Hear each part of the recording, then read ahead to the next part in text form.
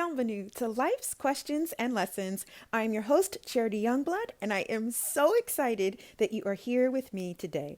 This podcast is unedited because life is unedited. Now let's get started with today's question. Does my creativity love me? Does my creativity love me?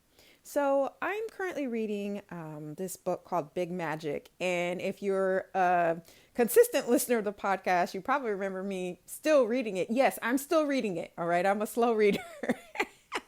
But anyways, there's this concept that she was talking about in the book of your work loving you back.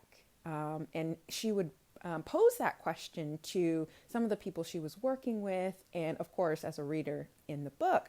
And I thought it was really interesting. I have my own kind of meaning around work. I don't like the word work because work is effort. And I also feel like, the high effort tasks like work represent different things for different people. But what I thought would be interesting is to switch some of the words in the question. And that was where I was like, okay, yeah, I want to bring this to the podcast. So when I started thinking about the mantra that really came to mind for this, it was my creativity loves me and I love my creativity.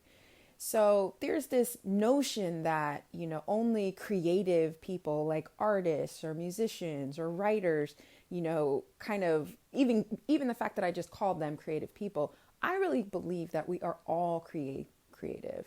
And we have, if we're not using our creativity as much as we can, we're really missing out on so much just pure joy and excitement that is really activated when we use our creativity. So as you're exploring this question for yourself, does my creativity love me?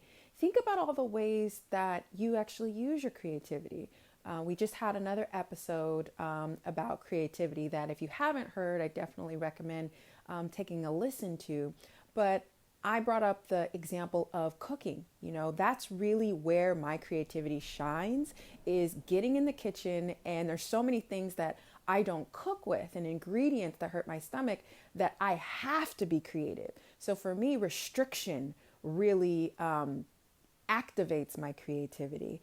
And I don't know, I got so much joy from this question. So I'm really, really hoping that the insights that come from this question are helpful for you. So those are the things I had on my heart for today. Thank you so much for listening.